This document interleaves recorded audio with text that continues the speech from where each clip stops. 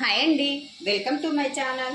సులువుగా ఈజీగా టేస్టీగా గోంగూర కర్రీ అనేది ఏ విధంగా తయారు చేసుకోవాలో సింపుల్గా ఈరోజు మన వీడియోలో చూపించబోతున్నానండి. ఈ కర్రీ పుల్ల పుల్లగా కమ్మగా కారం కారంగా వేడివేడి అన్నంలో వేసుకొని తింటే అండి రుచి అనేది అద్దరిపోతుందండి. ఎలా తయారు చేసుకోవాలో చూసేద్దామండి. స్టవ్ వెలిగించుకొని ప్యాన్ పెట్టేసుకోవాలి. అందులోనికి 1 టేబుల్ స్పూన్ దాకా ఆయిల్ వేసుకోవాలి.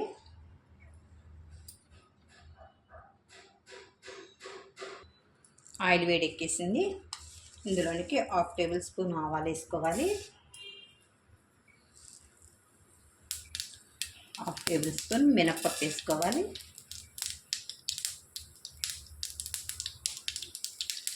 1 టేబుల్ స్పూన్ దాకా శనగపప్పు వేసుకోవాలి. శనగపప్పు కొంచెం ఎక్కువ వేసుకుంటే చాలా బాగుండిద్దండి. ఇందులోనికి వెల్లుల్లిపాయలు వేసేసుకోవాలి, ఒక 4.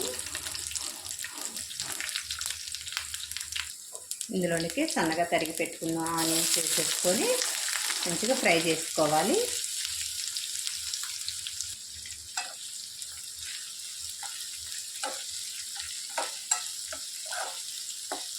ఉల్లిపాయలు అనేవి మంచిగా ఫ్రై అయిన దాకా వేయించుకోవాలి.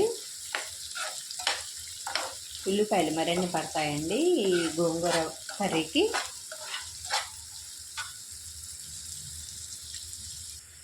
హాఫ్ టేబుల్ స్పూన్ జీలకర్ర వేసుకోవాలి.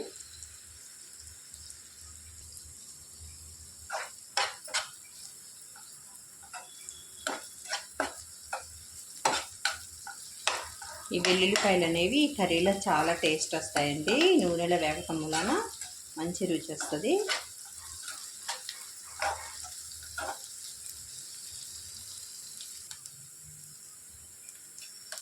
ఎండుమిర్చి వేసుకొని వేయించుకోవాలి.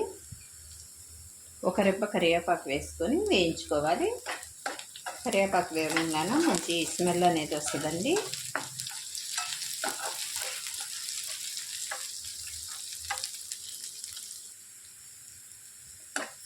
తాలింపు అనేది మంచిగా వేగిపోయిందండి.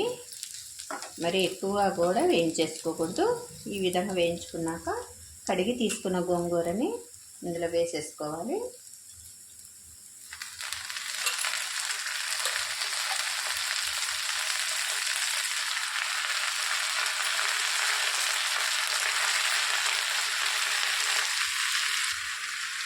మొత్తం కలిపేసుకోవాలి.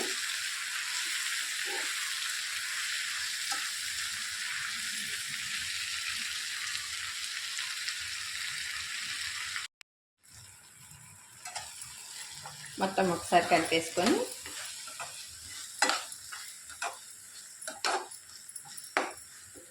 ఇందులోనికి 1 టేబుల్ స్పూన్ కారం వేసుకోవాలి. కారం కొద్దిగా ఎక్కువగానే పట్టిద్దండి. రుచికి సరిపడా ఉప్పు వేసుకోవాలి. 1/2 టేబుల్ స్పూన్ పసుపు వేసుకోవాలి. 1/4 టేబుల్ స్పూన్ ధనియా పౌడర్ వేసుకోవాలి. మొత్తం ఒకసారి కలిపేసుకోవాలి.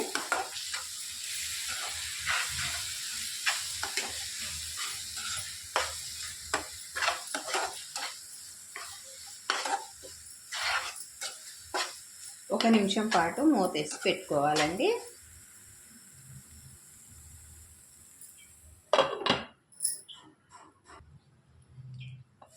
మూత తీసి చూసుకొని కొద్దిగా వాటర్ యాడ్ చేసుకోవాలి.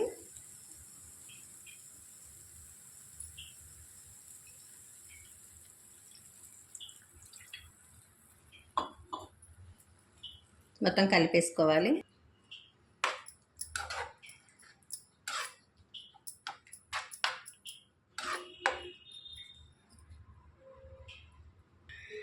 ఇందులోనికి 1/4 టేబుల్ స్పూన్ గరం మసాలా వేసుకొని మొత్తం కలిపేసుకోవాలి.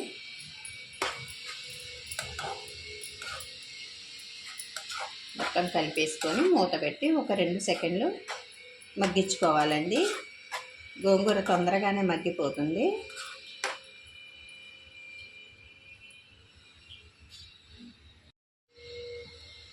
రెడీ అయిపోయిందండి. సులువుగా ఈజీగా టేస్టీగా గోంగూర కర్రీ అండి. ఈ కర్రీ వేడివేడి అన్నంలోనికి ఎంతో టేస్టీగా ఉండిద్దండి. మీరు తప్పకుండా ఒకసారి ట్రై చేసి చూడండి. ఎలా వచ్చిందో కామెంట్ చేయండి. మరిన్ని టేస్టీ రెసిపీస్ కోసం అంజు రుచులు ఛానల్ని సబ్స్క్రైబ్ చేసుకోవటం మర్చిపోవద్దండి. Thanks for watching. బాయ్ అండి.